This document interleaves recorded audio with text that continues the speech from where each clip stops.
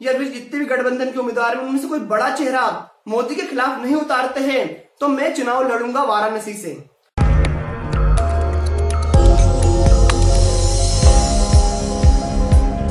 तो स्वागत है दोस्तों आप सभी का भारत दस्तक पे, मेरे भाइयों, मेरे दोस्तों, मेरे शुभचिंतकों। दोस्तों काफी दिन से ऐसा ह्यूमर चल रहा है हमारे देश में, फेसबुक पे, सोशल मीडिया में देखने को मिल रहा है कि चंद्रशेखर आजाद, भीम आर्मी के संस्थापक चंद्रशेखर आजाद के बारे में बहुत सारी गलतफहमियां अपने सोशल मीडिया पर चलाई जा रही है और यूट्यूब पर काफी सारी ऐसी वीडियोस बन रही है, फेसबुक पर, जितने भी सोशल मीडिया प्लेटफॉर्म है उन सब पर। अब इनकी सच्चाई क्या है? कहा जा रहा है कि चंद्रशेखर आजाद ने बीएसपी को धोखा दे दिया, बीएसपी के खिलाफ जाके काम कर रहे हैं, बहुजन समाज को धोखा दे दिया है, बहुजन समाज के लिए नहीं कांग्रेस और बीजेपी की दल्लागिरी कर रहे हैं। बहुत गंदा वर्ड यूज कर रहा हूं लेकिन थोड़ा माफ कर देना, क्योंकि ऐसी ही चीजें चल रही है फेसबुक के ऊपर, दल्ले बन गए हैं, ये सब बन गए हैं, ऐसी बातें चल रही है।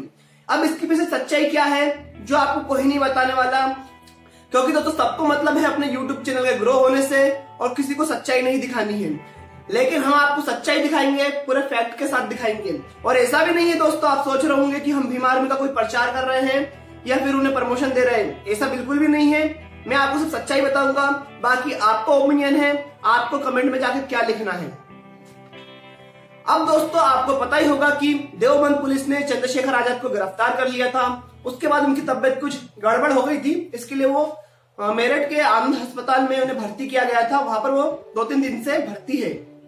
अब दोस्तों इसी बीच में क्या हुआ, राहुल गांधी के जीजाजी की पत्नी यानी कि प्रियंका वाड्रा जी इसी बीच में चंद्रशेखर आजाद से मिलने चले गई आनंद हॉस्पिटल में। अब इसको लेकर मीडिया ने भी काफी ज्यादा चलाया कि चंद्रशेखर से मिली प्रियंका गांधी, क्या कांग्रेस में शामिल हो सकते हैं चंद्रशेखर आजाद, या फिर बीएसपी को टक्कर देने के लिए कांग्रेस के साथ मिल गई है भीम आर्मी। ऐसी काफी ज्यादा न्यूज इलेक्ट्रॉनिक मीडिया पे भी चली और फेसबुक पे तो आप जानते ही हो, भक्तों की तो किसी की कमी नहीं है, भक्त हर किसी पार्टी के मिल जाते हैं। दोस्तों आप लोग मुझे एक बात बताइए, बहुत छोटी सी बात आपसे पूछूंगा, बहुत छोटी सी है कि आपका घर है, एक सामने वाले का घर है, अगर आप भविष्य में कभी बीमार पड़ जाते हो, आपके साथ कोई भी दुर्घटना हो जाती है, कोई भी एक्सीडेंट हो जाता है, आप किसी अस्पताल में भर्ती हो और सामने वाले घर से आपकी लड़ाई है, उनसे आप बात नहीं करते, लेकिन एक मानवता के नाती, एक अच्छा इंसान होने के नाते कोई आपसे मिलने आता है आपके हॉस्पिटल में जहां पे आप भर्ती हो, तो क्या आप उसको भगा दोगे कि भैया हम आपसे बात नहीं करते, आप यहाँ से भग जाओ, हम आपके दुश्मन है, हमें आपसे कोई लेना देना नहीं है, आप हमें देखने मत आओ? तो ये बहुत गलत बात होगी। अब इसी नाते चंद्रशेखर आजाद आनंद हॉस्पिटल में भर्ती थे, मतलब उनकी हालत बिगड़ी हुई थी, आपको पता ही होगा। इसी कारण प्रियंका वाड्रा यानी कि प्रियंका गांधी वाड्रा उनसे मिलने आई और उनसे मुलाकात की, उनका हालचाल पूछा, जो भी कुछ हुआ है। ये कोई राजनीतिक मुलाकात तो नहीं थी, लेकिन इसे ऐसा बनाया गया है कि राजनीतिक मुलाकात है। आपको मैं एक बात बताता हूँ, भीम आर्मी ने बिल्कुल क्लियर किया है कि उन्होंने न ही प्रियंका गांधी वाड्रा को बुलाया था, न ही कांग्रेस से कोई लेना देना है, वो अपने आप आई थी, क्योंकि भैया न्यूज तो पता चल गई थी सारे पार्टियों को, सारे मेंबरों को। जब प्रियंका गांधी आनंद हॉस्पिटल में आई थी तो काफी ज्यादा न्यूज रिपोर्टर्स वहां पर आ गए थे, काफी ज्यादा चैनल के, उन्होंने पूछा आप यहाँ पर कैसे आई है, किस लिए आई है, तो उन्होंने कहा है, तो प्रियंका गांधी ने पता है आपको क्या कहा था, मैं आपको वो क्लिप दिखा नहीं सकता है क्योंकि कॉपीराइट स्ट्राइक का मामला होता है, तो चैनल पर कॉपीराइट स्ट्राइक आ सकती है, क्योंकि वो दूसरे न्यूज चैनल वाले बहुत जल्दी दे देते हैं, आपको पता है वो किस विचारधारा के लोग हैं। तो प्रियंका गांधी वाड्रा ने उन न्यूज चैनलों से कहा था कि देखिए ये कोई राजनीतिक मुलाकात नहीं है, मैं अपने छोटे भाई से मिलने आई हूँ, यानी कि चंद्रशेखर आजाद को वो अपना छोटा भाई कह रही थी वहां पर। अब आपको हम बताते हैं बंद कमरे में चंद्रशेखर, रावण और प्रियंका गांधी वाड्रा की क्या बातचीत हुई। अब दोस्तों यहाँ पर एक बात क्लियर कर दूं, प्रियंका गांधी वहां पर अकेले नहीं आई थी, उनके साथ यूपी के प्रदेश अध्यक्ष जो कांग्रेस के हैं राज बब्बर जी भी थे और यूपी के प्रभारी ज्योतिरादित्य सिंधिया भी थे। ये 3 लोग वहां पर चंद्रशेखर से मिलने आए थे। हाँ तो भैया मैं क्या बता रहा था कि चंद्रशेखर और प्रियंका गांधी के बीच में क्या बातचीत हुई।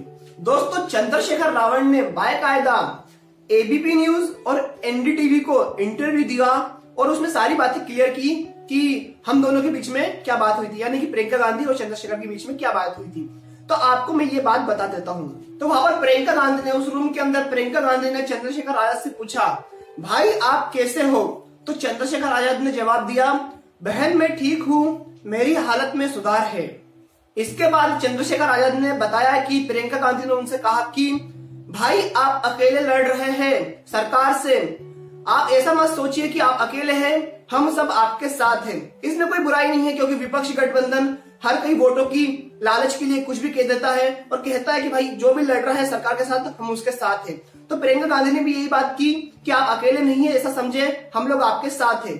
इसका मतलब ये नहीं है कि चंद्रशेखर आजाद कांग्रेस में शामिल हो गए हैं और कांग्रेस से चुनाव लड़ने वाले हैं। अब ये 2-4 बातें हुई इनके बीच में और प्रियंका गांधी और वो तीनों लोग जो ज्योतिरादित्य सिंधिया और राज बब्बर वहां पर आए थे, वहां से चले गए। ज्यादा बड़ी मुलाकात नहीं थी ये। अब इसके बाद ये ह्यूमर्स फैलाए जा रहे हैं फेसबुक, व्हाट्सएप और यूट्यूब पर काफी सारी ऐसी वीडियोस बन रही है, चंद्रशेखर के खिलाफ हो या फिर किसी एक पार्टी के भक्तों के खिलाफ हो। भक्त बहुत बुरे होते हैं भाई, पहले ही बता दूं, वो किसी भी जगह के हो।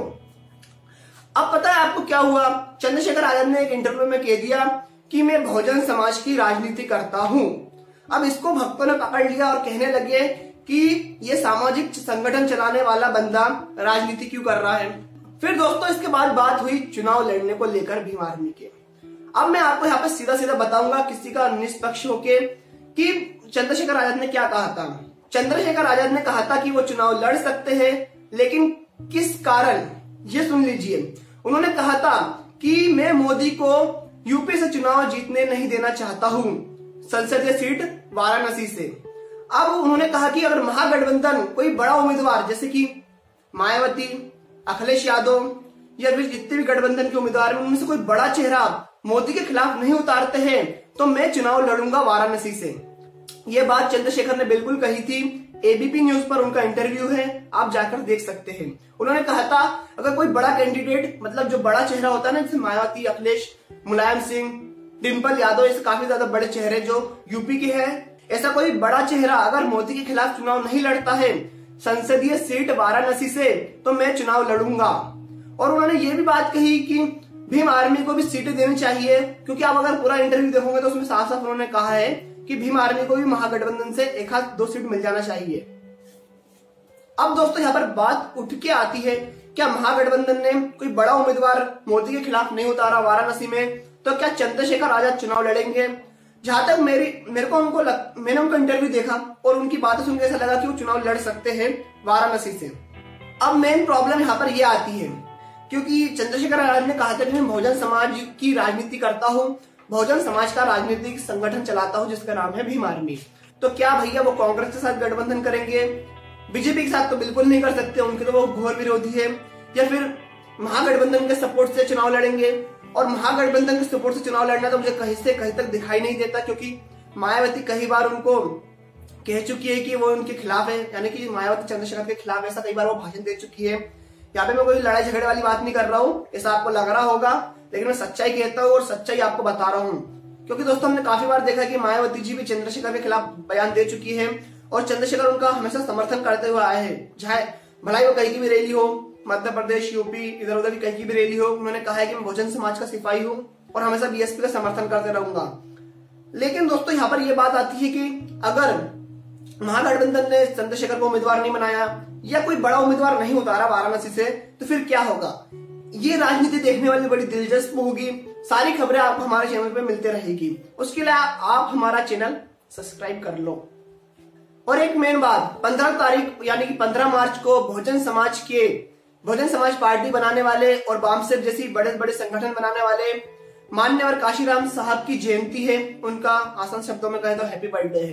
तो इस दिन भीम आर्मी एक बड़ी रैली करने वाली है दिल्ली के अंदर। हो सकता है कि चंद्रशेखर आजाद भी चले जाएं, क्योंकि 3 दिन के बेड रेस्ट बाद उन्हें मेरठ के आनंद हॉस्पिटल से छुट्टी मिल गई है। हो सकता है कि वो भी वहां पर जाए। अब जो भी कुछ होगा आपको कहां पर देखने को मिलेगा? यहीं पर, इसी चैनल पर देखने को मिलेगा। भीम आर्मी की सारी जानकारी और सारा जो कुछ भी चल रहा है अभी सब कुछ आपको इस चैनल पर देखने को मिलेगा। तो आपको क्या करना है, आपको उठाना है अपना हाथ और सब्सक्राइब करना है चैनल को, और करिए अपने प्यारे प्यारे हाथों से अच्छे अच्छे कमेंट, और करिए इस वीडियो को शेयर, क्योंकि सच्चाई सब तक पहुंचनी चाहिए। अगर सच्चाई सब तक नहीं पहुंचेगी तो ह्यूमर्स फैलते रहेंगे। तो इस वीडियो को शेयर करिए। मैंने जो जो हुआ है वहां पर आपको सच सच बताया है और सही मायनों में बताया है। बिल्कुल भी कोई प्रोपेगेंडा या गलत चीज आपको नहीं बताई है और मैं किसी का यहाँ पर समर्थन नहीं करता हूँ। दोनों में से आप समझ गए होंगे मैं किन की बात कर रहा हूँ। किसी का यहाँ पर समर्थन नहीं कर रहा हूँ, जो हुआ है सच बताया है। और जो गलत करेगा मैं उसके खिलाफ बोलूंगा। तो सच्चाई सुनने के आदी हो तो जो मैंने कहा है वो कर दो। आपका वीडियो देखने के लिए बहुत बहुत शुक्रिया। मिलते हैं अगले किसी झन्नाटेदार वीडियो में। सारी कवरेज आपको दिखाएंगे हम लोग, और अच्छे से दिखाएंगे और सच्चाई होके दिखाएंगे और निष्पक्ष होके दिखाएंगे। तो सब्सक्राइब करिए भारत दस्तक को और दबाइए इस नोटिफिकेशन बेल को हमारी वीडियो सबसे पहले देखने के लिए।